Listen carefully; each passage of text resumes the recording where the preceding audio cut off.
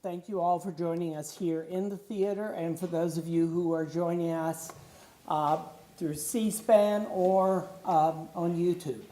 We're happy to have all of you join in this evening's program.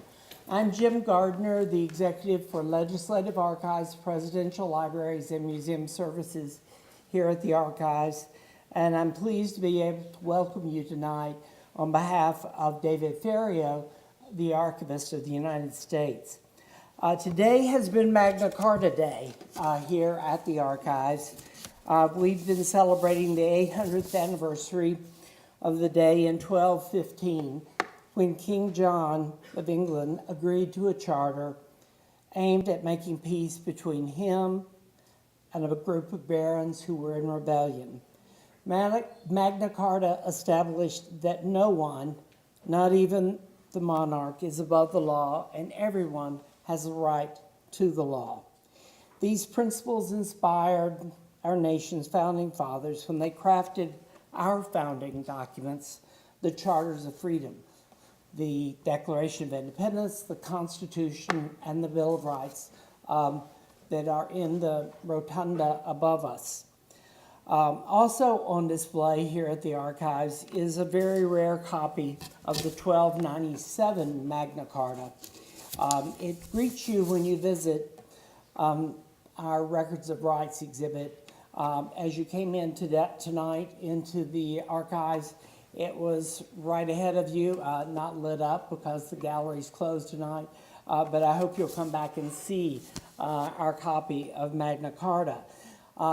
The Magna Carta is part of an exhibit called Records of Rights in the David M. Rubenstein Gallery.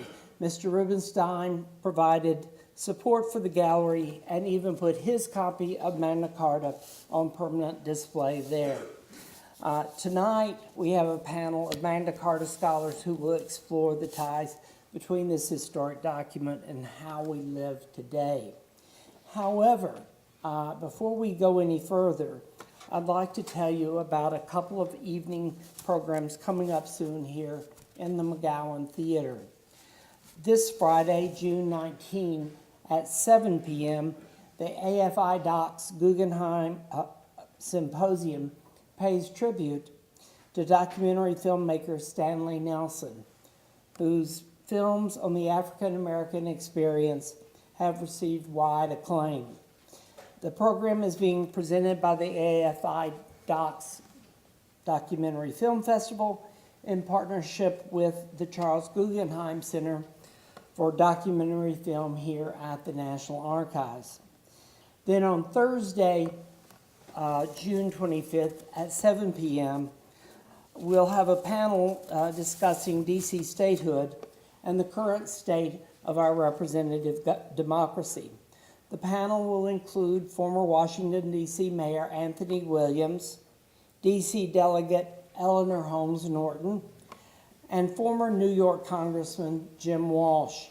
The program is being presented in partnership with the U.S. Association of Former Members of Congress. If you want to know more about upcoming events here and all our public programs, please refer to our monthly calendar of events. Copies of the calendar are in the lobby, along with the sign-up sheet to be included if you want to be included on our mailing list for the calendar, either by regular mail or email.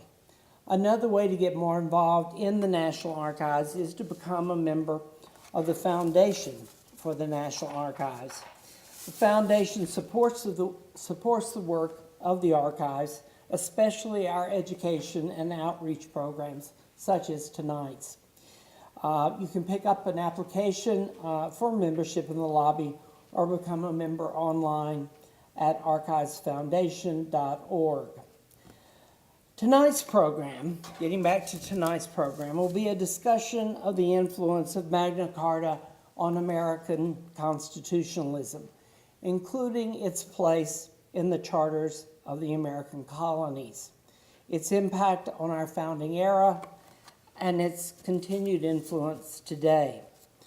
This program is presented in partnership with the Constitutional Sources Project, also known as ConSource, and we thank them for their support. The project is a nonprofit devoted to educating lawyers, judges, teachers, students, and the general public about American constitutional history. And with us tonight to open the program is the Executive Director of ConSource, Julie Silverbrook. Julie holds a law degree from the College of William and Mary and a bachelor's degree in political science from the George Washington University.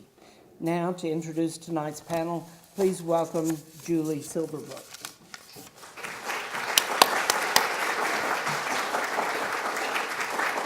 Thank you for that generous introduction, Jim. As Jim mentioned, I'm Julie Silverbrook, Executive Director of the Constitutional Sources Project, or ConSource.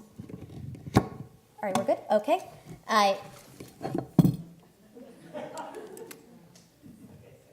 Sorry. That's all right? Okay, everybody can hear me now? All right, let's try that again. I'm still Julie Silverbrook, and I'm still the Executive Director of the Constitutional Sources Project, or ConSource. For short, we're an organization devoted to facilitating greater access to and understanding of U.S. constitutional history, and it is an absolute pleasure to join the National Archives this evening to celebrate the 800th anniversary of the sealing of Magna Carta. Magna Carta has left a profound legacy for law and culture around the world. To commemorate Magna Carta and its powerful ideas, like trial by jury and due process of law embodied in its text, we have assembled an impressive group of scholars to discuss Magna Carta's influence on American constitutionalism. Tonight we will be joined by Jennifer Paxton, a medieval specialist from Catholic University of America, Robert Polito, author of In the Shadow of the Great Charter, who I heard gave a wonderful lecture this afternoon, and Bruce O'Brien, a Magna Carta expert from the University of Mary Washington. Tonight's program will be live tweeted on the ConSource Twitter page, live streamed on the National Archives YouTube page, and I'm told that C-SPAN is also here with us this evening. I hope folks joining us at home and around the world will tune in online and on social media. And with that, I now have the great privilege of welcoming to the stage our expert panelists, as well as our distinguished moderator, Judge Royce Lamberth, Senior United States District Judge for the District of Columbia. Please join me in welcoming them.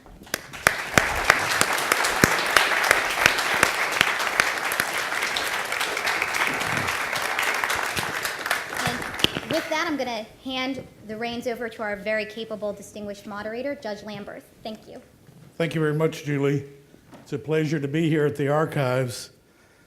As you know, it was 800 years ago today that a group of English barons forced King John to sign a charter known as Magna Carta with the idea that the king's capacity to kill or imprison should not be exercised at his whim, but that he should have explicit constraints, that is, that he would be subject to law, and that neither force nor detention would be used against a free man except in accordance with the lawful judgment of his equals or by the law of the land. Those are the words from that 1215 version of the Magna Carta. You'll hear a lot tonight about the impact Magna Carta has had in this country, in both state constitutions and, of course, in the United States Constitution.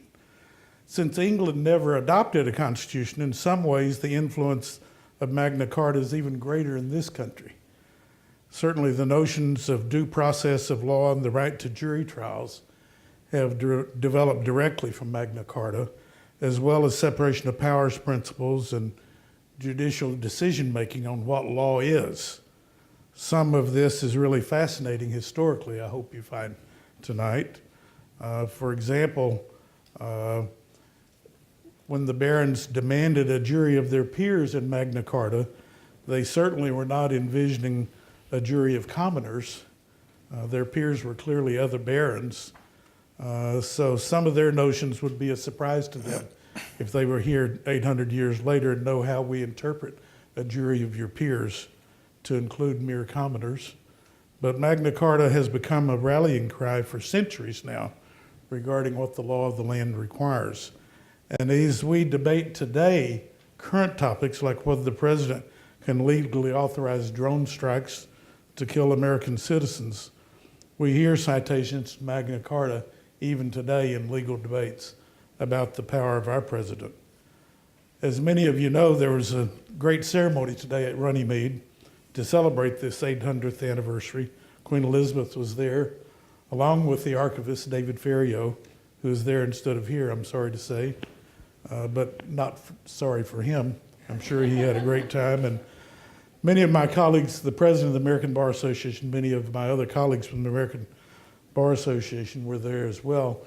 I have to tell you one story about Runnymede, because when I was a student in law school, my last summer before I graduated from law school, I spent in Europe, traveling through Europe, and I decided when I was in England that I would go to Runnymede to see where the Magna Carta had been signed, the original version in 1215. The American Bar Association actually put up the memorial that is there. It was only put up in 1957, so the actual memorial with the plaque was erected in 1957. I hate to admit, but I was there in 1966 while I was still in law school. There was no pathway just in the middle of this field out at Runnymede, so I had hitchhiked up there. I had a Euro pass for traveling in Europe, but it wasn't good in England, so I had to hitchhike during the time I was in England, and I hitchhiked out to Runnymede, and I rode various rides to get up there, and I had my suitcase with me because I was going to Stratford-on-Avon to see Shakespeare's production and to go to the Globe Theater after I left Runnymede. So I traipsed out there in the middle of this field and saw Runnymede and was somewhat dumbfounded there wasn't more of a production to this whole scene, and it was just in the middle of a field, this small memorial, and I trekked back, and as I'm getting back to go back to the highway, I start sliding down this hill. It was pouring down buckets of rain, sort of like when you came in tonight, only buckets of rain, and I slid down this hill. My suitcase came loose and slid down behind me and then on top of me. So I was really one muddy mess by the time I got to the highway. No one would stop and pick up this muddy mess. Eventually a lorry stopped, and I was able to get in this lorry and get my way back to Stratford-on-Avon. So I have a very vivid memory of Runnymede. So I'm really delighted to be able to participate in this program tonight. The New York Times headline yesterday read, "Magna Carta still posing a challenge at 800. In typical New York Times fashion, there's also an opinion piece yesterday entitled "Stop Revering Magna Carta" by a law professor from the University of Chicago, naturally. He decries some of the myths that have developed about Magna Carta. We will deal with some of those myths during our program tonight, but the National Archives is a very special place to have a discussion about Magna Carta because, as you just heard, the 1297 version of Magna Carta is on display here. I was in this very room the night that David Rubenstein was honored by the National Archives for obtaining, through an auction in New York, the only copy we have in America of the Magna Carta, and for presenting it to the archives so it could be on display. And the archivist, David Ferriero, introduced me to Mr. Rubenstein that night, and it was one of my great thrills in life to meet one of our real American heroes who's really doing something with the $1 billion he made to improve our life of all of us in this country, and certainly preserving the Magna Carta as one of our charters of freedom is something great he's done for this country, I think. So I think I want to stop talking myself and get to our illustrious panel, and I will start as we do chronologically with asking Bruce and Jenny if they will give us, we'll start with Bruce, sort of a historical overview of the run-up to what happened in 1215, and then Jenny will talk more about the actual sealing of the Magna Carta itself in 1215. But Bruce, you want to start? Well, thank you very much. As I was listening to your anecdote, Judge Lamberth, it struck me that your experience and King John's were not so dissimilar. So you could take some pleasure in that, that you have some empathy for that side. I am, as Julie said, a professor down at Mary Washington, but I'm also the academic lead and chair of the Literary Board of Early English Laws, which is a British state-funded project to publish, re-edit, and translate all early English law up to Magna Carta, including Magna Carta. And the reason I say that is because I think oftentimes people think here, and I don't blame them for it, that Magna Carta just springs from nowhere. Suddenly there's this medieval document that appears, and it's very important, and there's not a lot of attention given to what came before, and also not a lot of attention given to what came after until it gets to the colonies, and then it does take on a very vibrant and different kind of life. But the texts that we do in the project, there are 150 of them, are in fact all legal texts that predate Magna Carta. So there's a very vibrant legal culture going on in England up to Magna Carta, and Magna Carta, from that perspective, is just part of it. It's not something out of the blue. It's not something so surprising as a legal text, a text where people try to hash out what they think the law should be.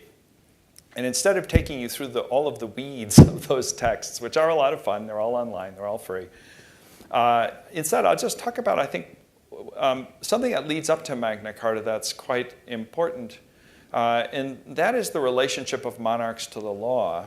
And because Magna Carta itself is, I think, probably at its core, a rejection of tyranny. It's a statement that kings do not have absolute power, that there are checks on royal authority when royal behavior is bad, that these should be invoked.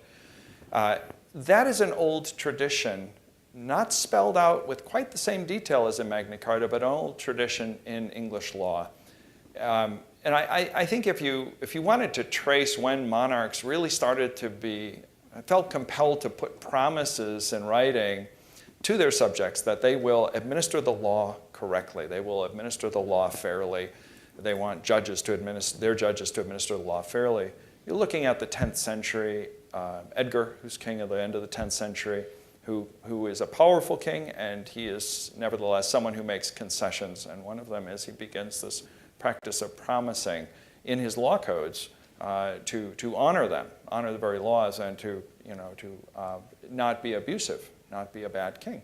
And that practice is followed by subsequent kings. The Scandinavian king, the Viking king who conquered England in the 11th century, Canute, actually creates probably a coronation oath, an oath the kings would take, promising to respect the laws of the land. And in his case, what he was made to promise as part of the deal by which he got England was to honor the laws of Edgar.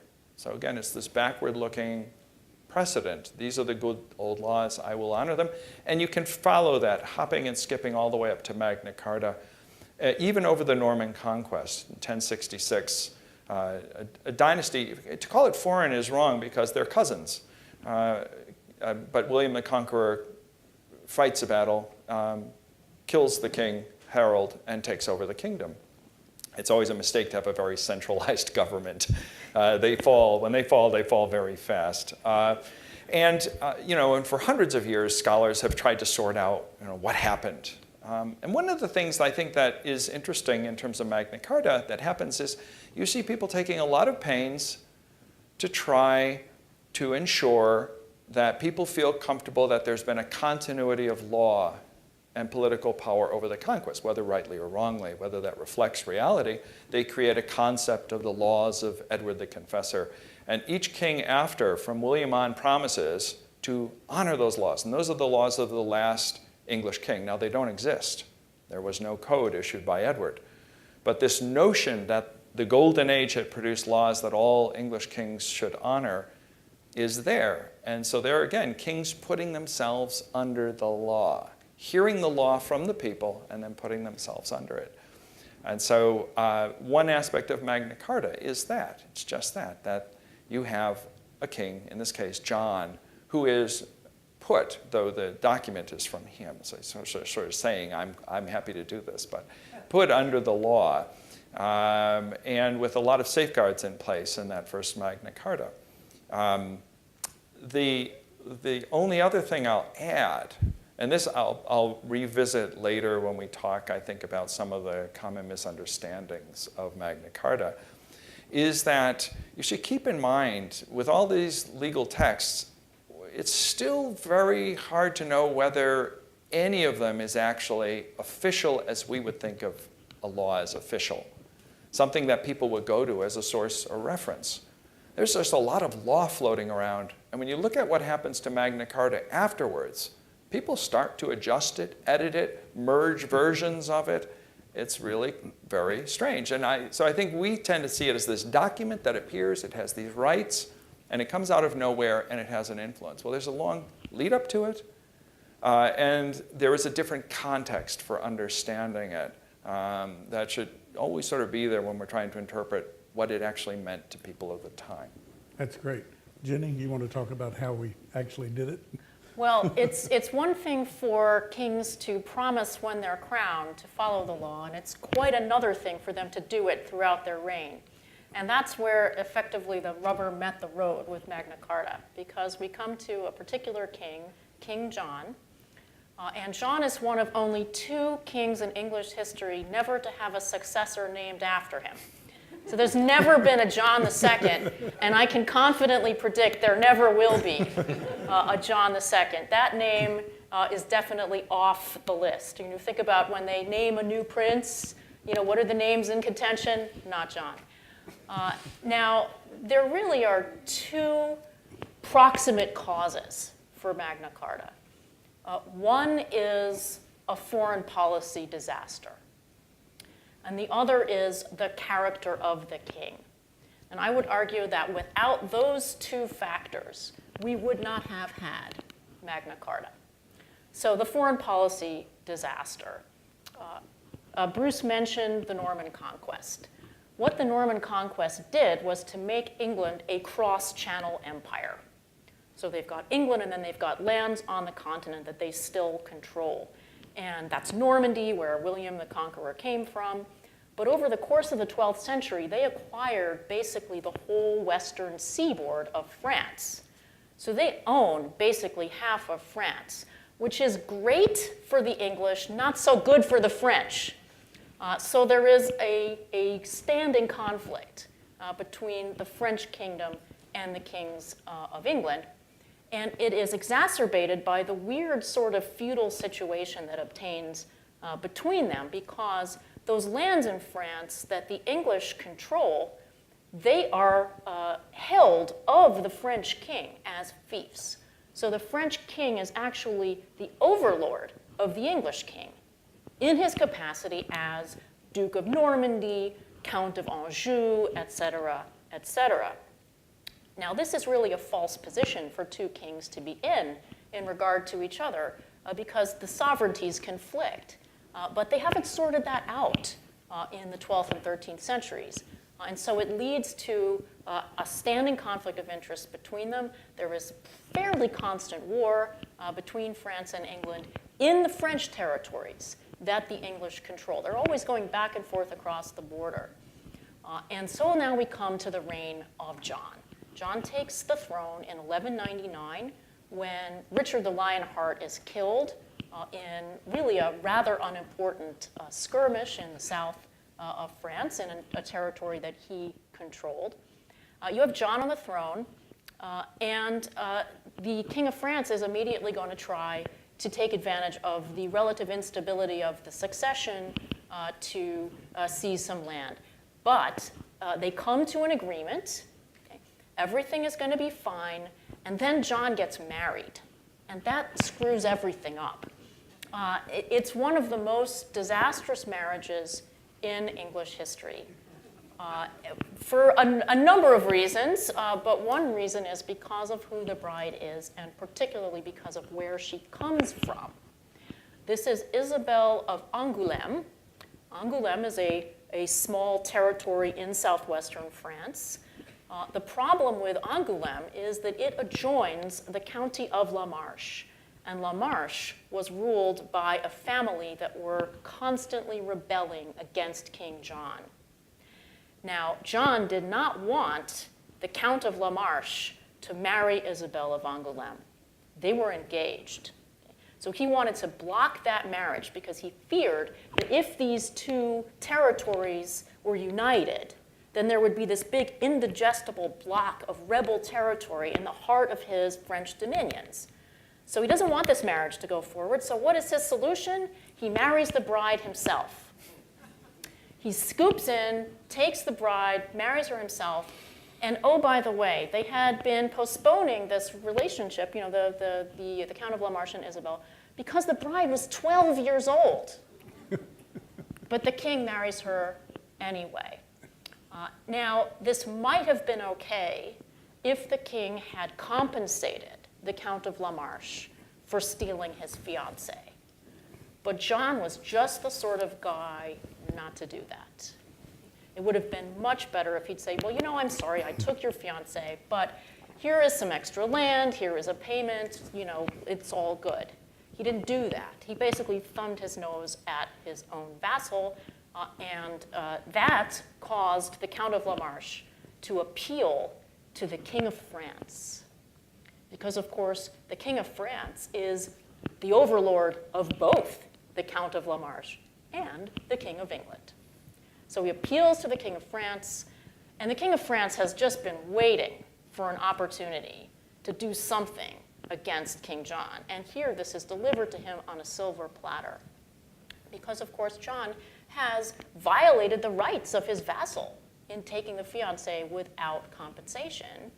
And so the King of France confiscates the lands that the King of England owns in France. And then he actually makes good on the confiscation by force of arms. And he invades Normandy and he conquers it. Now, the King of England has lost all the land in France, or lots of it, okay? And particularly the land that people actually care about, Normandy. And this is a complete disaster. Kings of France, or kings of any kingdom, are not supposed to lose land. If anything, you're supposed to increase it, not lose land. And now John is in a bind because he has to try to get the land back. He needs to pay for the reconquest. He can't pay for it because now all of a sudden he's not getting any revenue from that land anymore. So he has to tax England unmercifully in order to pay for the effort to get the land in France back. So he is now in a vicious circle because the more he taxes England, the more they hate him. Okay? But he has to get the land back or he will lose face as king. And it goes on like this for about 10 years. In 1214, he basically makes one last effort to recover the land in France. He gathers together a coalition of continental allies, in particular his nephew, who is a German nobleman. And he's going to do a pincer movement. So his allies are going to come into France from the northeast. And John is going to land in Poitou in the south on the coast. And then they're going to meet up, head towards Paris, and get the King of France sort of in a vice. But it doesn't work, okay, because John is bottled up on the coast. He can never meet his ally, so his ally has to go up against the King of France alone. And there is a battle between the King of France and this German ally, and the French win the battle. And the battle is called the Battle of Bouvines, and all commentators on Magna Carta will agree that there is pretty much a straight line from Bouvines to Runnymede, because the barons in England are basically waiting on the sidelines to see if John is successful. If he is, maybe they'll forgive him all the other stuff he's done. But if he's not, they're done with him. And this battle takes place in July of 1214. In the fall of 1214, the barons are already gathering together to talk about what to do about King John. And by the spring of that year, they are actively discussing some of the issues that end up in the draft of Magna Carta. So that's the foreign policy cause for Magna Carta, but there is also a character cause for Magna Carta, which is the fact that John was detested widely by his barons. He was regarded as untrustworthy, vicious, cruel. He was just the sort of person who you would have to extract promises from because he didn't keep his word. He was basically well known for that. He was somebody who acted arbitrarily. One of the things that he did to raise money for this continual effort to recover land in France was to find people arbitrarily for offenses that sometimes were real and sometimes invented. He would lend money to people in unrealistic amounts and then have the debt hover over them. I mean, so people were always scared of what John would do. He was very unpredictable and really just the best example, I think, of the kind of cruelty that John engaged in. He got into a dispute with one of his vassals named William de Brieux, and he actually had the wife and son of this vassal starved to death. Okay? And this was widely known. All the chroniclers of the time report it. Okay? It was widely known. So that was the kind of thing he did. And he also would go around to the castles of his barons and demand to sleep with their wives and daughters. This is the kind of man he was. So this is the kind of person who you would definitely want to promise on parchment that he was going to be a good boy. Now, Bruce, you mentioned before, it's sort of anomalous that this became such an iconic document in the United States, and I guess part of it, maybe you can also talk about the reinterpretation by Edward Coke and the impact of the English Bill of Rights in this country then. But Sure. It's actually an interesting tale, and it's pretty straightforward. At one point, strangely, I ended up teaching the American Revolution in graduate school at Yale. Ed Morgan was there, and they were desperate. The Americanists were all off doing work, so he said he'd take anyone who could stand and read, and I could do both. But I had to bone up on American history because it had been a few years. And what I realized in doing that was there was this interesting connection between Magna Carta through the Petition of Right to the Bill of Rights, to the colonial petitions, to the Constitution. And that's actually, I started my students that semester with Magna Carta. They were a little puzzled that that was their first reading. And the reason we see the link is textual. Each of those sources is citing the earlier source. But what happens to it in the 17th century is pretty remarkable. This is England coming out of the Tudor period, which is exactly like the TV show, The Tudors. Oppressive, violent, driven by personal motive. And the Tudors were monarchs who believed in their own power. They thought that they were, in fact, quite the best thing around. And they weren't going to be troubled by the niceties of parliamentary precedents that had been built up over many decades. And they're powerful kings, so they did what they wanted. And Elizabeth is not that much different from her father, Henry. So England in the 1500s is a period where you have a lot of smoldering resentment amongst people who operate in the law, people who operate in the state, not just religious dissenters or Catholics, but these folks. And they began to consider, what they could do. And a lot of them gathered in London. They were associated with the Society of Antiquaries. Sounds very tame, kind of a thing to go, a sleepy place to retire to after your active life. But it actually was a hotbed of revolutionary zeal. And the members there would read old documents. They would read old laws coming back from the Anglo-Saxon period and all the way on through Magna Carta and then laws that have been passed since to try and figure out what their strategy should be. One of them, Edward Coke, ends up as Chief Justice. And he rules in a number of cases in such a way in the 1606 to 1616, somewhere around that's when he serves, in such a way as to reinterpret Magna Carta. Magna Carta is a very narrow partisan document. The people who draw it up benefit from it. The same kind of argument was made about the American Constitution by Charles Beard many years ago. It's partly true and partly not. The barons were very interested in themselves, and so when they talked about people, they were really thinking of well-to-do people. They were thinking of free people, not the unfree. They were thinking of men, not women. That's kind of where they were. And Coke, in changed circumstances and a changed notion of what justice was, rethought it and said, we're going to extend this as a precedent to all men, to all people, not just to, in fact, this very narrow clique. And so in a number of rulings during that period, he did so. That led to, part of that was the Petition of Right, which followed, which was asking the king of the time to, in fact, honor a number of the basic items in Magna Carta that show up there. Those later get expanded on in 1688, 89 during the Glorious Revolution to the Bill of Rights, the English Bill of Rights. You know, you can't quarter troops, you know, due process rules. It's all kind of there, all of the legal principles burnt out.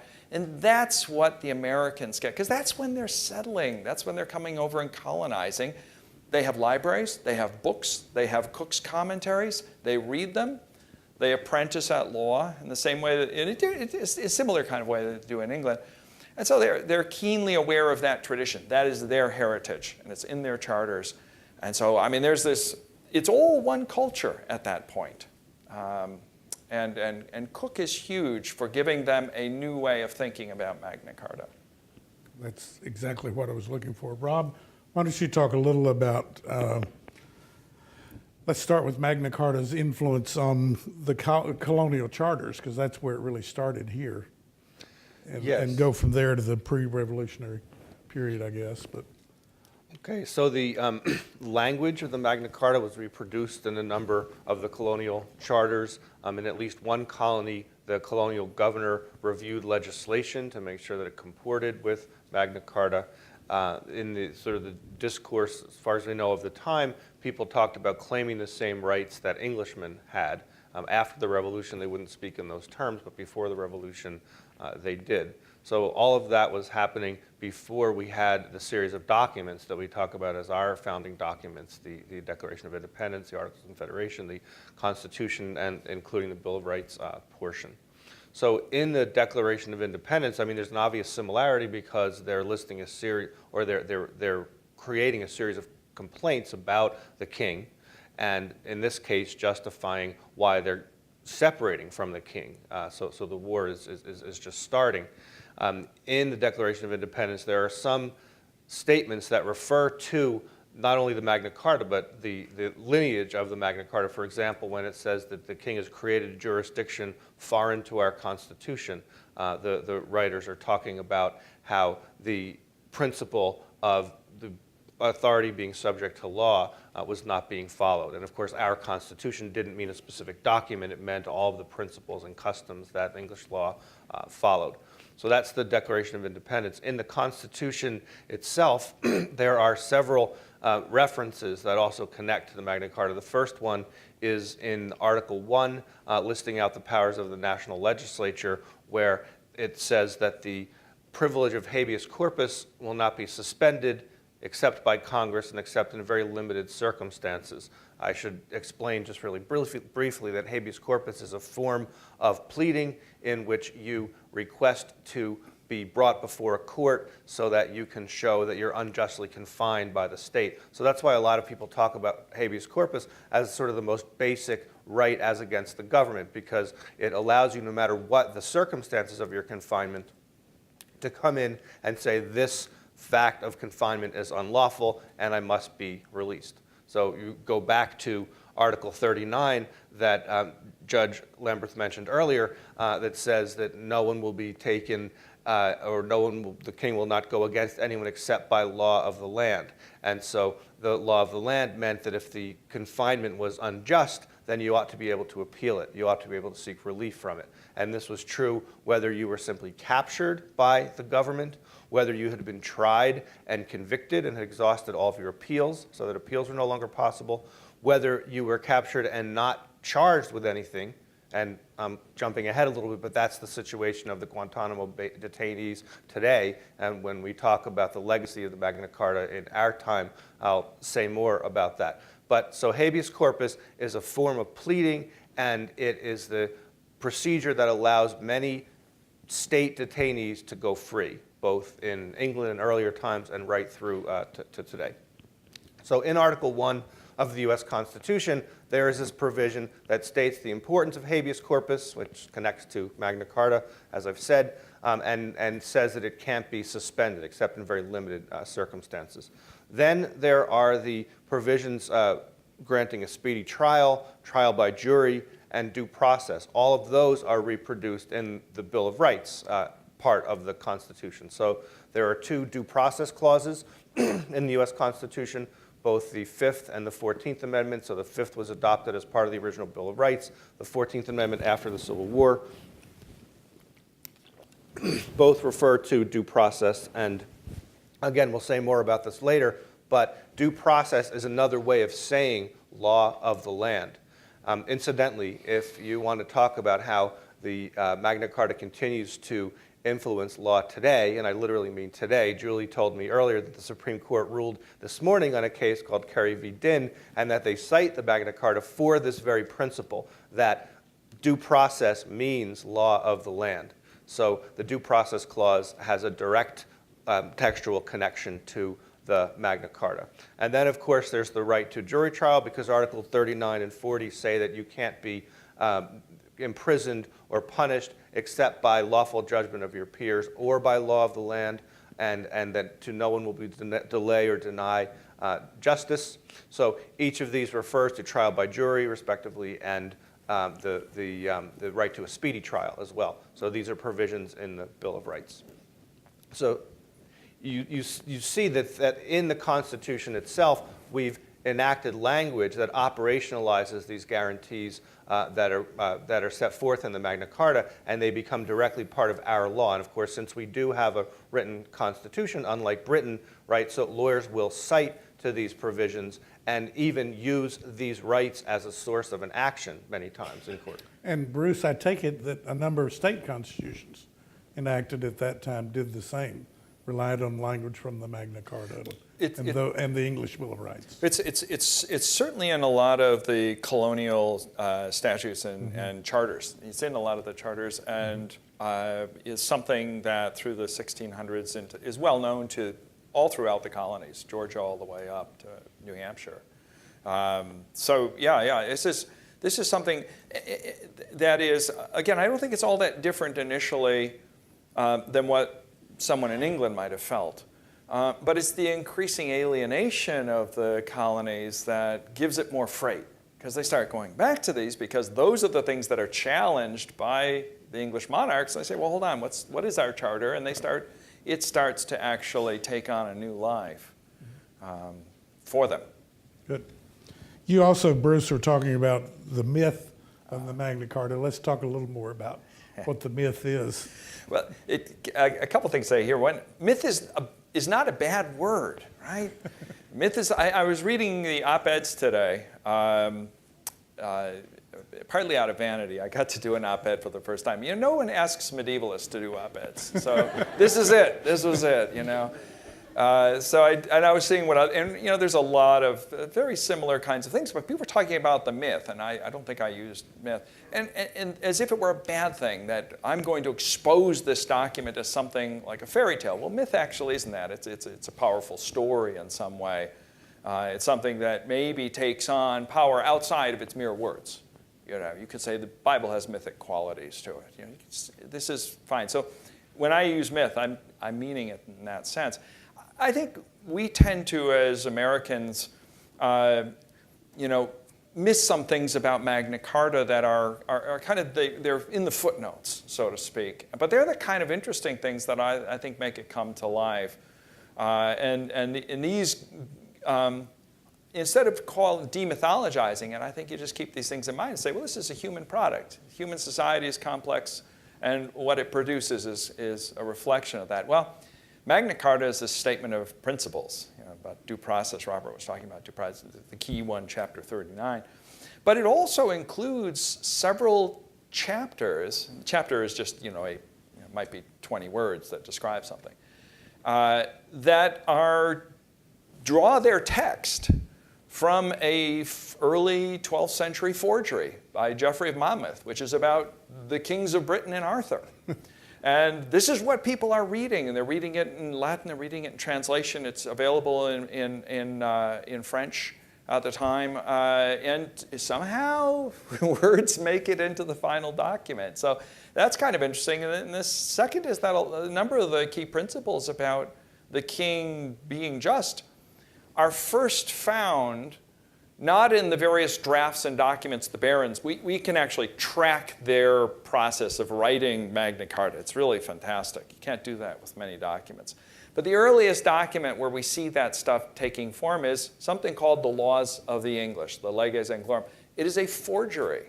It claims to be the laws of Eber the Confessor, which it is not. And someone has put in, Arthur, who is a great legislator and conqueror, has put in all these maxims about how kings ought to be just and ought to rule by right, and a king who does not rule by right is no king at all. And so on. But it's a forgery that they're including it into. I don't know if they know it isn't a law code per se. So that's kind of interesting. The most radical parts of the Magna Carta get cut out. So we get the stuff that, through the tests of time, which means politics, the things that survive through politics, like due process and jury trial, we get those now. But at the time, Magna Carta had a clause for enforcement that was quite revolutionary. The barons would form a council, and when the king misbehaved, they would basically appoint a posse to go after him and rustle his cattle. Or that's the process called distraint. We're going to take a lot of your property until you behave, John. And so they have that all worked out. And John agrees to that. Now that gets cut out immediately. And war starts. But I mean, that's a remarkable thing. I mean, it's pretty remarkable what survives, but that's even more remarkable. And then the last thing I alluded to earlier, we tend to think, because we're a very text-oriented constitutional culture, as Robert has mentioned, the British don't have a constitution, and it works out okay over there. They've done all right over the centuries. But we think it's very important to have everything in writing. And so we think of writing as here are the words. Here is what the king and the barons agreed. These are what was said. Well, if you look at what happened to Magna Carta after it was issued, so 1215, they agree to it, gets sealed. Copies are ordered to be sent out. Then they're immediately annulled by the Pope, who basically considers John a vassal. 1216, it gets reissued as a way to end the Civil War. 1217, and then 1225 is the big one, and then there's the one in the 30s, and there's one in the 50s maybe. It gets reissued a bunch of times with different chapters. And that's confusing enough, because there is no point where someone says, well, hold on, that's the old edition. You can't cite that in court. Creative scribes began to combine them, taking the parts they liked and dumping the parts they didn't. So anyone walking into a library and say 1230 and saying, well, I've heard about Magna Carta in Rome. I came all the way to see what a fantastic, well, they say which version? We have like 30 or 40 different versions of it. And they didn't sort out which king had signed it for 500 years. They thought it was Henry III, not John. And so again, it's in Cook's day, or actually after Cook, it's in the 1700s that they sort that out. So it's a document, but not kind of like our Constitution in that sense. You had some skepticism, Jenny, about whether it's worked better in England or here. Oh, I don't know if this is the occasion for that when we're all talking about, Anglo-American friendship today. So. Rob, you want to talk about the myth? Sure. I mean, as Bruce was saying, there are a lot of different dimensions to myth and a lot of different ways of understanding what a myth is. But in one specific sense, people have written. Edward Jenks in 1904 wrote an article basically saying that this was not a document that spoke for the common people. This was not an origin of cherished rights. It was simply an agreement between one wealthy person and a group of other wealthy people. And I mean, it's pretty clear that you can't disagree with that on those specific terms. But like the U.S. Constitution, we have a constitutional culture that incorporates a number of myths, including the myth that we were born a free nation, right? There were some people who were very much unfree when the nation was born. So I guess my take on the question of the myth is that it's undoubtedly correct to say that there are a number of mythic things about the Constitution, but that for sort of like the myth that all men are created equal. Right. Did not include exactly right, Judge Lamberth. So yeah, but at the same time, we can utilize that myth, and it can still shape our law and we can move toward a position in law that's actually closer to what the myth was stating. I had another question I wanted to ask all the panelists, and that is, what do you think is the continuing influence of Magna Carta today? And we'll talk about some specific things, for example, executive action. Rob, you want to talk about that one first? Yes. So first of all, I mean, there are some real concrete, specific questions today about executive action that force us to ask really what is the executive subject to law, which is the basic thrust of Article 39, right, that the authority is subject to law. You can take the example of drone strikes, for example. This is a due process question in the sense that something's being taken away from people, namely their lives, without a hearing, without any kind of judicial ruling, but simply as a result of internal deliberations within the executive branch. So the Obama administration has explained that to them, due process doesn't always mean judicial process. In other words, due process is a flexible concept. Any lawyer will tell you that, but that in fact it's so flexible that it can be stretched to say that you can deprive someone of their life without going to a court. The deliberations that suffice to be due process can take place completely outside of a court and without any judicial official being involved. And this is something I think we need to talk very seriously about, because what does due process mean if the executive can take life without a trial? I mean, that sort of directly contradicts what Article 39 says. The barons certainly didn't think that's what they were doing with King John, did they? I think they would have had a problem with that, yes.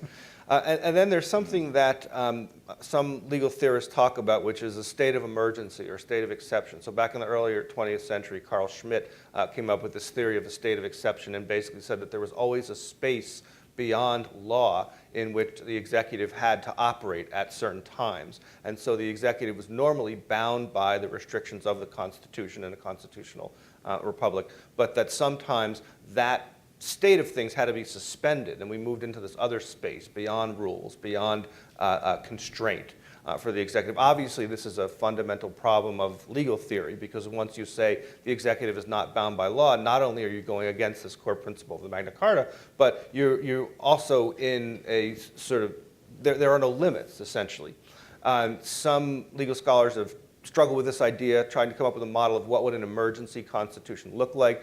Bruce Ackerman has said that we could have an emergency constitution that kicks in at a certain point, and then it would suspend certain kinds of limits on executive power, and then for it to continue, it would have this is quite a mouthful, but a supermajoritarian escalator, which is, classic academic jargon, but it's not a thing in a shopping mall. It's actually a principle that says the longer the state of exception goes on, the larger the supermajority that has to approve it. So scholars have grappled with this idea, and particularly after September 11th, if there's going to be a state of exception, an emergency constitution, what triggers it, how long does it last, what rules apply? And it's one of these tantalizing problems, because once you admit that there are no limits, how do you put limits back in?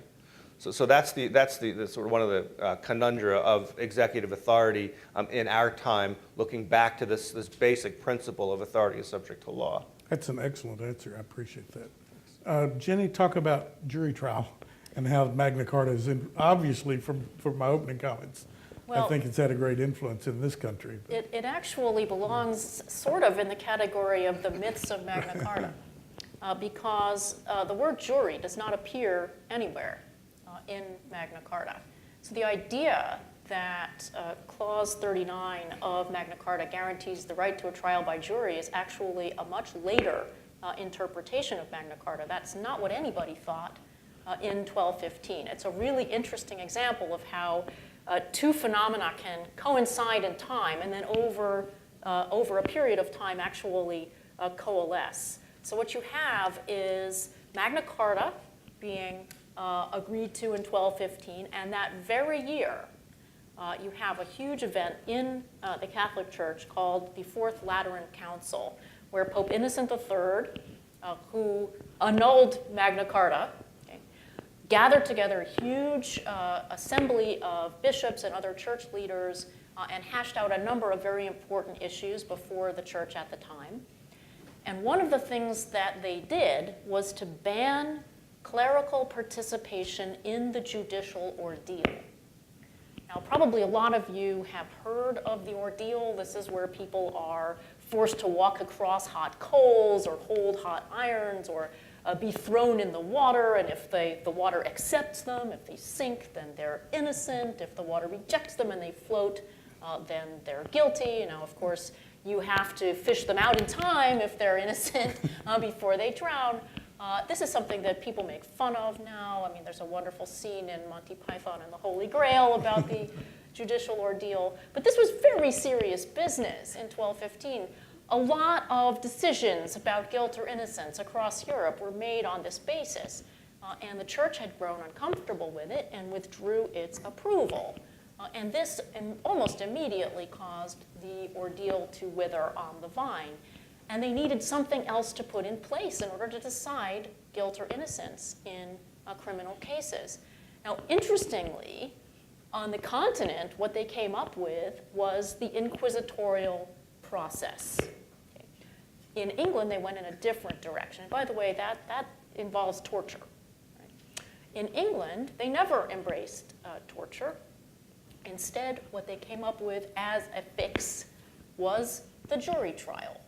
So juries had been around for other purposes for many years. They were fact-finding bodies. They had been used by William the Conqueror, for example, after the conquest, to try to figure out what did he have in the Doomsday Inquest, where he went around and found out what all the land was and how much it was worth. That was run on the system of local juries. So juries get co-opted to take the place of the judicial ordeal. And over time, people start to assume that the clause about judgment by your peers refers to trial by jury. Okay. But that's not, in fact, how it was interpreted in 1215, because there was no right to a jury trial. There were no jury trials in 1215. So that's one of the signal myths of Magna Carta. By the 14th century, people are making that connection, and by the 17th century, with Cook and other commentators, people are flat out saying that Magna Carta guarantees the right to a trial by jury. And from the beginning of our country, then, we really did believe Absolutely. in trial by jury. Absolutely believed that that was a guaranteed right as of Magna Carta. It's not in there. And what about speedy trial? Well, Clause 40 of Magna Carta says that to no one will we deny or delay justice. So this is the idea that you have to get your judgment in a reasonably speedy fashion. And it is an outgrowth of the sort of things that John would do, which is to imprison people sometimes for years without judgment. And he would do this basically to extort more and more money out of the person concerned and out of their family. So one of the really interesting things that you can do in reading Magna Carta is to see what King John was actually doing by what he was being told not to do. Okay? And this, the speedy trial is definitely That was certainly one of those. Right. Rob, talk a little more about habeas corpus, because that's really, in this country, has turned out to be extremely important, certainly from Guantanamo point of view, but other points of view in this country. Habeas is the key to the judiciary deciding a lot of things in this country. Yes, we can go through U.S. history and find conflicts where habeas corpus figured very prominently. During the years preceding the Civil War, habeas corpus was used both to return slaves to their captors and sometimes for slaves to be freed and sometimes for slave catchers to be freed. In Prigg, Pennsylvania, actually the slave catcher was prosecuted under a law prohibiting kidnapping, and then he sought relief through habeas corpus, saying my prosecution, my confinement are fundamentally unjust, because Pennsylvania did not have the authority to pass this law. It interferes with fugitive slave enforcement in the Constitution. So habeas corpus is this very powerful tool, but like any other tool, it can be used for different ends. And then when we jump ahead to the Warren Court in the 1950s, the Warren Court broadens access to habeas corpus as part of a more general project of increasing access to the judicial system, political process, striking down, as everyone knows, state-enforced racial segregation. In one particular case, Justice Brennan refers directly to the Magna Carta and how it has been functioning differently in our system with a written constitution than it did in the British system, that in both systems habeas corpus would be a sort of a key component of protecting liberty that came from the Magna Carta. Some historians say Justice Brennan got the history wrong, maybe he did, but the point is that frequently when habeas corpus is being interpreted, applied, discussed, that there is this connection to the Magna Carta being made. Then in the Rehnquist years, the court restricted access to habeas corpus in some ways. There's a very well-known case, Herrera v. Collins, where a prisoner was scheduled to be executed and claimed that he could prove that he was innocent. So he sought to make a showing in court via habeas corpus that he was innocent. He was denied that opportunity. He was executed. The dissent was very angry in the case. Justice Scalia actually said that actual innocence in our law is not a reason that entitles you to habeas corpus. In other words, Scalia was saying if the trial was fair and you're not complaining about the trial, you're not entitled to a habeas corpus hearing because you've discovered evidence later on. I mean, that's a very controversial statement, but it shows how habeas corpus has been contested, how there's been somewhat of a pendular movement between broadening and then constricting. And then finally, scholars have noted a similarity between the way habeas corpus was manipulated by English kings and the way the Bush administration manipulated it in this specific way by moving a prisoner out of the realm, so to speak, right? The writ of habeas corpus wouldn't reach to them. And so we're talking about taking someone, at least until the Supreme Court said that the Constitution reached Guantanamo Bay, that was a strategy that could be effective. So habeas corpus is not available if you're not in the realm, just as it was not when the English kings moved prisoners out of the realm. And then this brings us up to the 2008 case of Boumediene v. Bush, which is kind of what got me interested in looking at these Magna Carta U.S. Constitution connections in the first place. So Boumediene was a case where Guantanamo Bay detainees were requesting the right to make a habeas corpus petition and had been denied. And in that case, Justice Kennedy cited the Magna Carta directly, said the Magna Carta via habeas corpus was this very important mechanism by which people could protest their unlawful confinement by the government. So there is a real practical legal effect to the continued citation of the Magna Carta, because it's a way of putting a check on the executive, and it happens in 2008. One of the other things, if you read the oral arguments in not only Boumediene but the other detainee cases that were decided a couple of years earlier, is that you see there's a question about habeas corpus and exactly how it's used. So when you make a petition, right, so the return is a hearing at a later date when the government comes in and shows their reasons why they've detained the prisoner.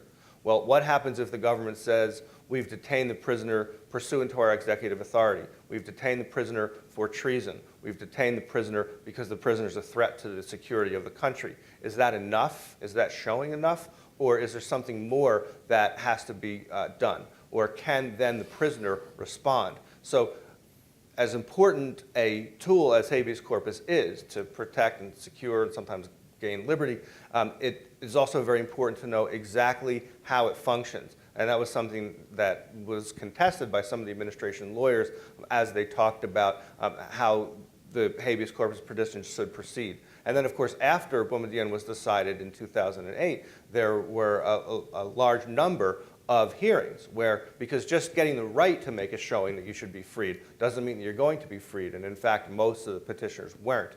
But the years following 2008, up until recently, there was litigation where petitions were made, petitions were denied, the denial was appealed, and so forth. So that's not a particularly happy story in terms of liberty because most of the petitions were unsuccessful. But again, it does show that we're still talking about and trying to come to terms with this tool of protecting individual rights now.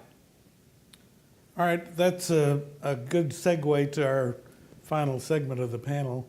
We do want to take questions from the audience, and we'll be happy to answer questions. The panelists will.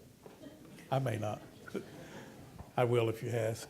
But first, I would like to say thank you for a terrific discussion for the panelists. Please join me in thanking all of the panelists.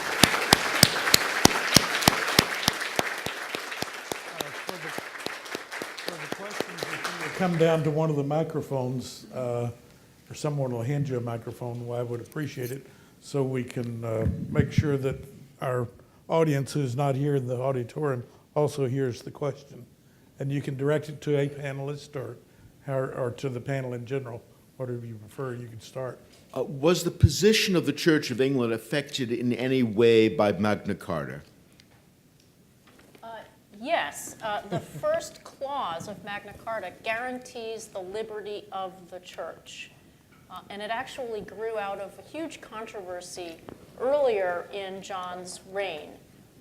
John had refused to accept a candidate for the Archbishopric of Canterbury, and this had ended up before the Pope to resolve, and the Pope had imposed his own candidate, Stephen Langton, as Archbishop, and John would not allow this Archbishop into the kingdom. This was probably, on the whole, a bad move on John's part because the Archbishop of Canterbury was ultimately accepted after an interdict, 7 years when the church went on strike in England and no masses could be said, and finally John had to cave, and he actually surrendered the kingdom to the hands of the Pope as a fief. But Stephen Langton, that Archbishop, he eventually had to accept him. And Stephen Langton was right there at Runnymede, and he was probably the author of the first clause of Magna Carta that insisted on the liberty of the church, and what that meant was hands off of elections to bishoprics. So it was, in a sense, it was a very self-interested clause from the Archbishop of Canterbury's point of view, but that clause is still in force in England today. There are only 3.5 clauses of Magna Carta that are still on the books in England. All the others have been repealed. But the liberty of the church is still part of English law to this day. And an important part of our Bill of Rights as well. Can I just add as an appendix? Sure. You know, that the issue, that confrontation of church and state was something that there had been a lot of practice with. Going back many centuries, the earliest English law code we have from around the year 600 has protection of the clergy in there and trying to sort out what their relationship is to the state. But in the 12th century alone, leading up to Magna Carta, there were archbishops who went into exile, most famously Becket, who was then murdered by enthusiastic knights. And that was also a moment that prompted a lot of soul-searching about English law, because that's when we have the bulk of our 12th century manuscripts of law produced. And I think it's just in response to Henry saying, I know what the laws are, and Becket saying, I know what the laws are. People start to look. And so they're trying to figure out what the liberty of the church is, how much freedom should it have, and how do you get a king who is otherwise out hunting, you know, to actually honor these promises. My question over here. The title of this panel is Magna Carta and the Constitution, but most countries have constitutions. Can you talk a little bit about the effect of Magna Carta on the constitutions of other countries? I couldn't. Maybe the panelists can. Well, one thing that's actually quite interesting is the impact of Magna Carta via the English Bill of Rights on the European Constitution. And there's a tremendous irony at the heart of this, because a lot of these English rights inspired the creators of the European Union. And of course, what's happening in Britain right now?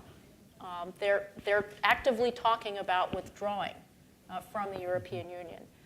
And one of the things that they're concerned about right now is the Human Rights Act in Britain, which is a provision that regulates appeals to the European Human Rights Court.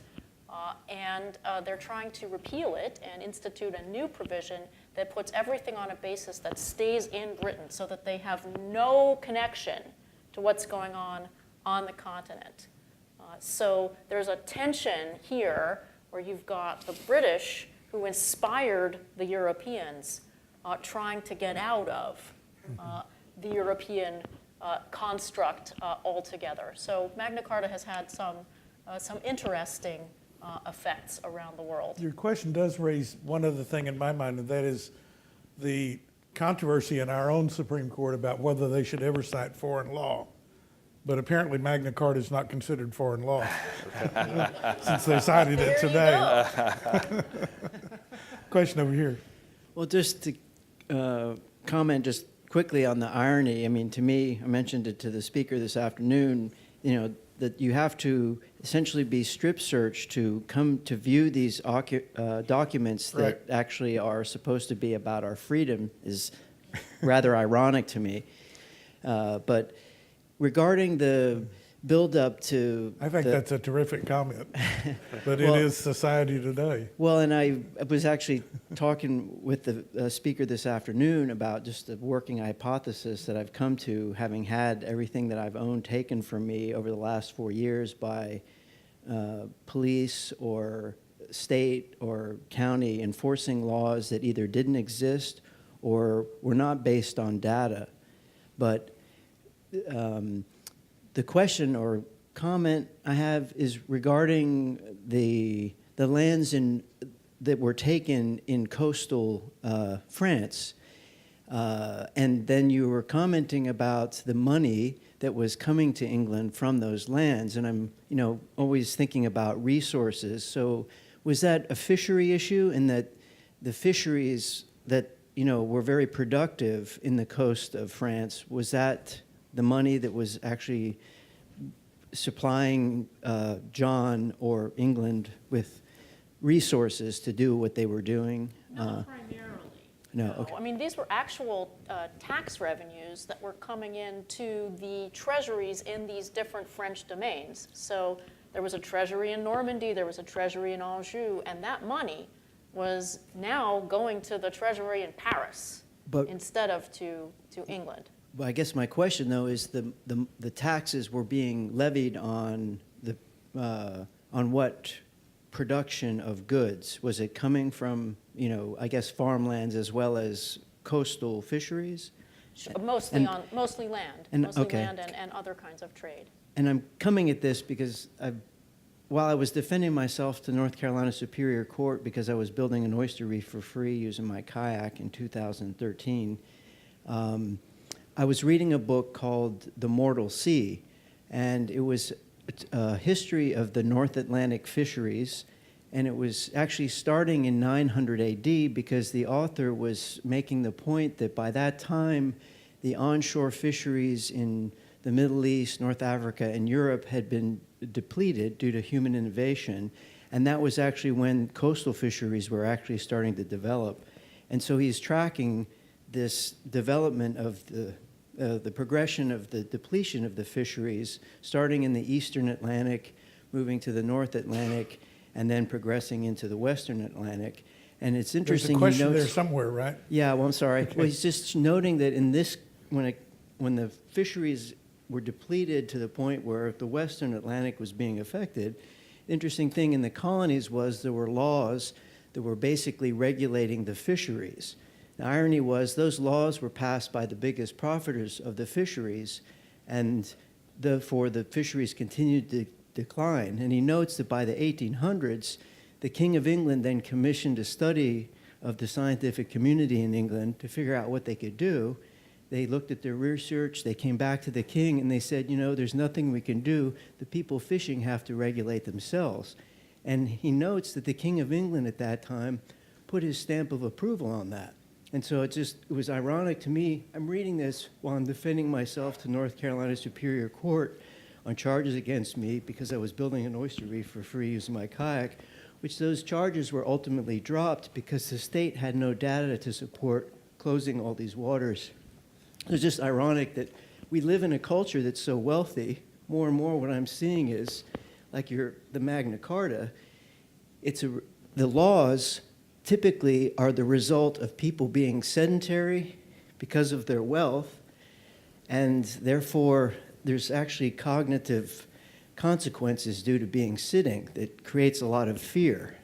And that's something that's at play, I think, especially with 9/11 and these drone strikes and more, especially with our country. Just Okay, thoughts. we got the point. Let me go to the question over here. Go ahead. Hi, my question is about the signers of the Magna Carta and the number of them and whether that number changes. Are there more Baron families added? Do the sons of, as Barons die off, do the sons sign off on these different versions of the Magna Carta? I'm trying to do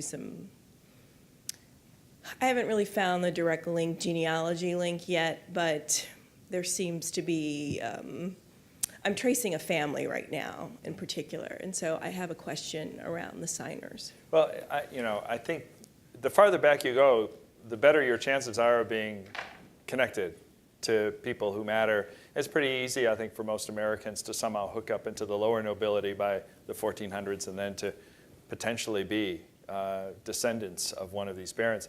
There's an organization, of the Barons and Dames of Magna Carta, I think is what it's called. It's an international organization. Oh. And you might want to consult with them because they see it as their task to keep tabs and to verify who is connected. And each time Magna Carta gets reconfirmed, you have new signatories. So in 1225, when it comes out, and that's the official version, that's the one that's trimmed down, the king's okay with it, and it's the one that gets trotted out every time. Only 3 of the barons who had originally signed 1215 are alive to sign, and they're, I think, sons of 3 others, and that's it. So, but it's a whole new batch. But I don't know if they count. You'd have to actually talk to the organization. I think it's just 1215 is all they care about. Maybe there should be like separate organizations for each engrossment. They could have a big jamboree every summer. That's a great answer. Yes, sir. I was at the Jefferson Memorial the other day and reading one of those tableaus, quotes from Jefferson in the memorial, and I'll make a hash of it, but be brief, that in a letter to a Virginian, he said that laws that do not change would be the same as a man putting on a coat that he wore as a boy.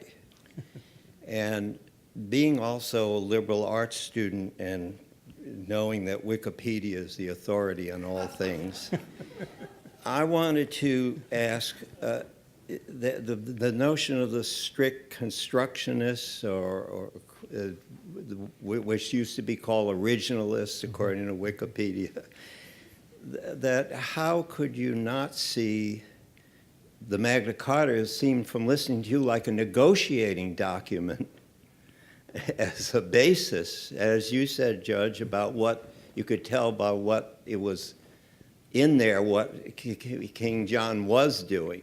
So that's where I'm a little confused about how you could have such a wide gulf between this idea of negotiation that changes versus these are words that are iron-bound and, and I can tell what somebody 200 years ago had in their head.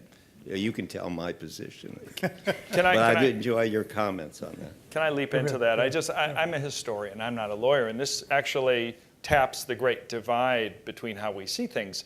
Historians look at these laws from the past and we say these are artifacts. And they worked in their culture in different ways. And historians look at Magna Carta and they see a whole series of documents that there were negotiations, there were interpretations, misinterpretations, reinterpretations, all kinds of strange things going on perfectly fine in history.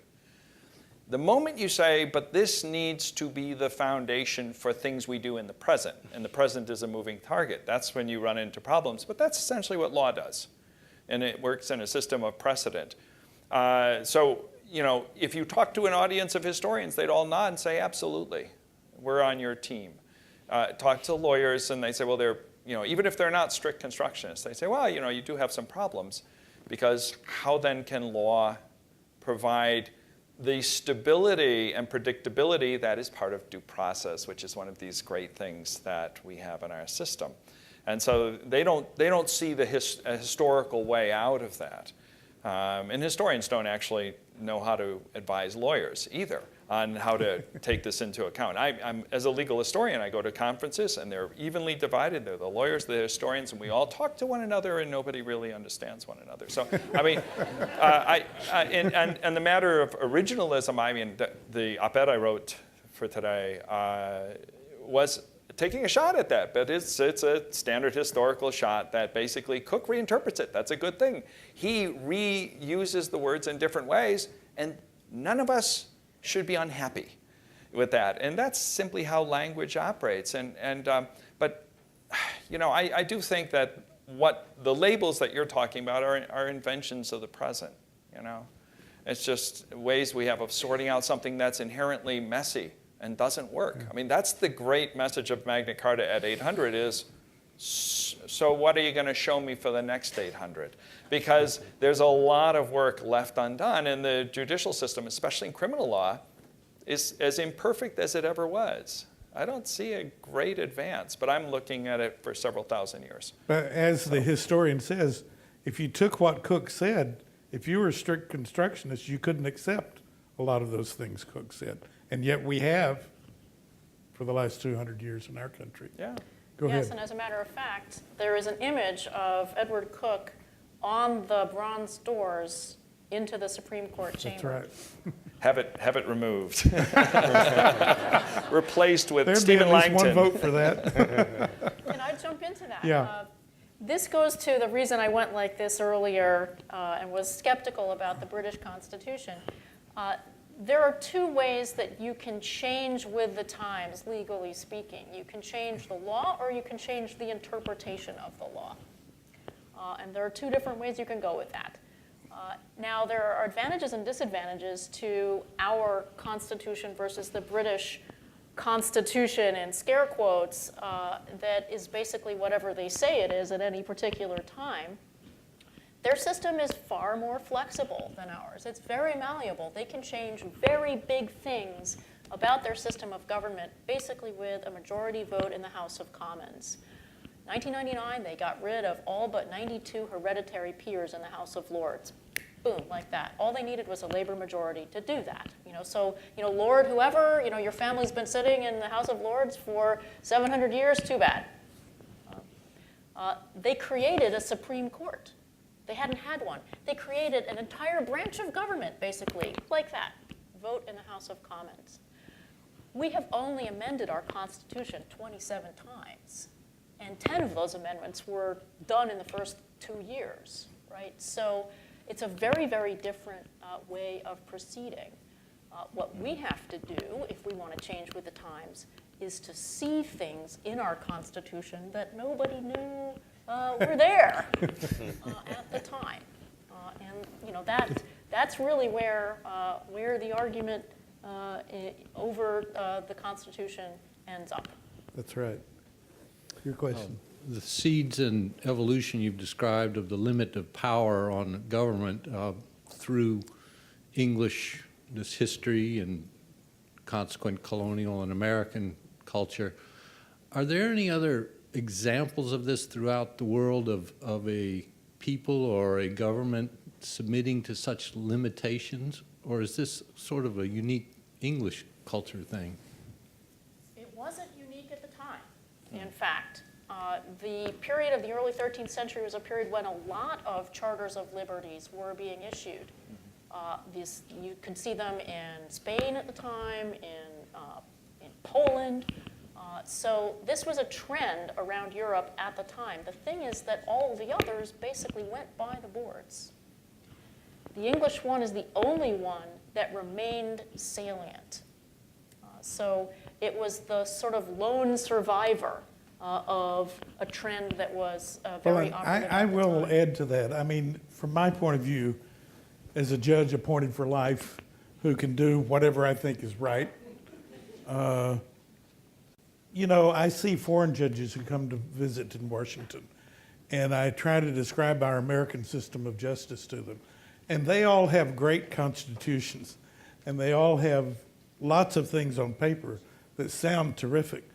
But push comes to shove, if they can be replaced by the king or the ruler of the country easily, it has to affect how they rule in cases. We've never impeached a judge in our history for how they ruled in a case. We've been fortunate. There was an effort to do it one time with the Supreme Court justice. It failed. And we've never impeached a judge because of how they ruled in a case. They have only been impeached when they got in some other trouble. As we know, sometimes that happens. But judges are free to do what they think is right. And it's an independence of our judiciary that really doesn't exist in many countries. So that whatever they have in their constitution, or whether they have something like the Magna Carta, is really less important than the way their judiciary functions and whether it has independence. So from my point of view, one of the most important things of our system of justice and separation of powers that started with the Magna Carta and empowering judges to decide when the king is violating the law, our system of justice ensures that we have that independence, which I think is one of the geniuses of our system. Can I add, as an appendix to that, the place where I'd start to look for the explanation, because I was thinking about this as you were talking, and it's very marked difference in systems, is that all of continental Europe in the Middle Ages and early modern period ends up following the Justinianic Code, which also gets shipped out to weird places like South Africa and so on. And it's an autocratic system. It's a system that operates very top-down, where the English system, if we can talk about their constitution being flexible now, you know, what was it back in the Middle Ages? It was, you know, kings negotiated with barons. There were frequent rebellions and civil wars, not as bad as the Spanish, but and there were moments of autocracy. But in the end, the whole legal system is founded on judicial precedent, really. You know, so there must be something in that explains why this particular Charter of Liberties lasts, and not just that England had better librarians who kept copies. I think that's right. Yes, sir. That's sort of along the lines of the question I was going to ask, which would be, given the fact that during this period, you know, of late medieval history, there were a lot of people trying to use law for different purposes. I've read that the rulers were typically fostering the start of the study of canon law and fostering the origin of the universities, in part to use the rule of the church's law to help justify their own rule. But what was in it for the English barons at this time that caused them, even though bad King John, as we call him, was so very bad, what do you think prompted them to turn to law in this case, as opposed to the usual solution, which was to go sack his castles and burn and choose another king the old-fashioned way? I've written on this. You know, I thought it suitably obscure, but you've asked the question, and the difference is the English develop, and you don't see this anywhere in continental Europe, a literature of complaint that is founded on law. And so the way you complain about a monarch is with legal texts. And you know, that tends to be the focus. And you also produce legal texts as part of that. And so I study what are called Anglo-Norman legal apocrypha. If that doesn't put you to sleep, nothing will. And what that means is texts whose authority is unknown and produced in the post-conquest period. And there are forgeries and frauds, and they are loved by the English. And especially after Becket, the English who are resentful of the king, I think it's the bishops, are making copies of these and then using them to argue their cases. Not in the sense of they're citing it, but they're getting fuel to the fact that things, if the king is going to point to the past and say, that's the way I am, we have the evidence against him. So that's how they begin to complain to monarchs. And I think that actually plays in. The text I mentioned earlier, the Laws of the English, the Leges Anglorum, is produced in 1206 probably. And it's people, some of the same people involved in the Magna Carta debate have chosen the vehicle of this huge compendious list of all the laws of England translated into Latin, into which they've inserted principles that they want to govern things. That is their big strike. It doesn't go anywhere. And then you end up with the developments in the Civil War and Magna Carta. Let me just add to that, that Once King John repudiates Magna Carta, the barons do choose an alternate claimant to the throne. They actually offer the throne to Prince Louis of France, who is the son of the King of France, who had had the whole conflict with John in the first place. And they invite Prince Louis of France onto English soil with a French army and attempt to depose King John. So if you're not going to follow the law, we're going to replace you. And that's something that the English do repeatedly. And the last time they do it is with the Glorious Revolution.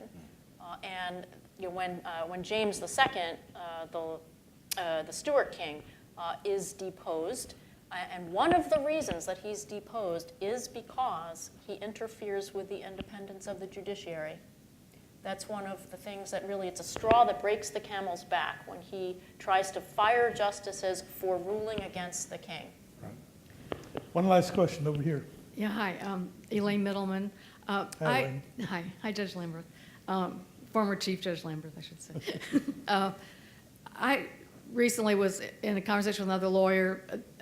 The Supreme Court has a case called Garcetti, which limited employee speech under the First Amendment. And this lawyer just had argued a case in the Connecticut Supreme Court, and I was reading about it, and the Connecticut judges said, well, we're going to have a higher standard than the federal. And I just thought that was pretty shocking.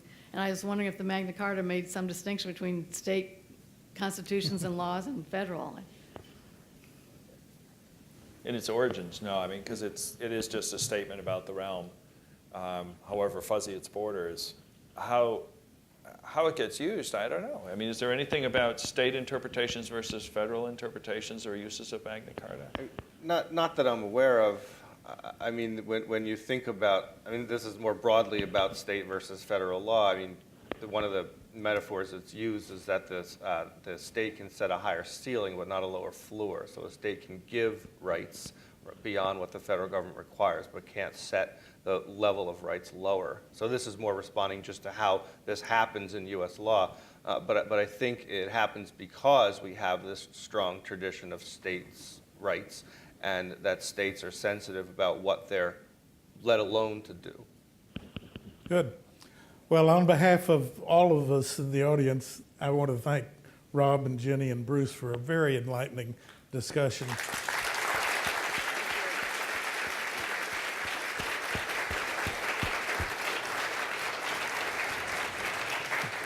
I also want to thank all of you hardy souls for showing up on a night like this. So I commend you for being here. I didn't think there'd be that much interest in Magna Carta, so I'm glad to see you all here.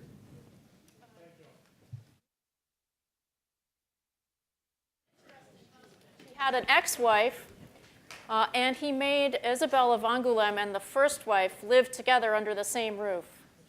That was the sort of charming fellow he was. When Isabel of Angoulême, when King John died, Isabel of Angoulême returned to France, never mentioned King John again, and married the son of the original fiancé. Not joking, really happens.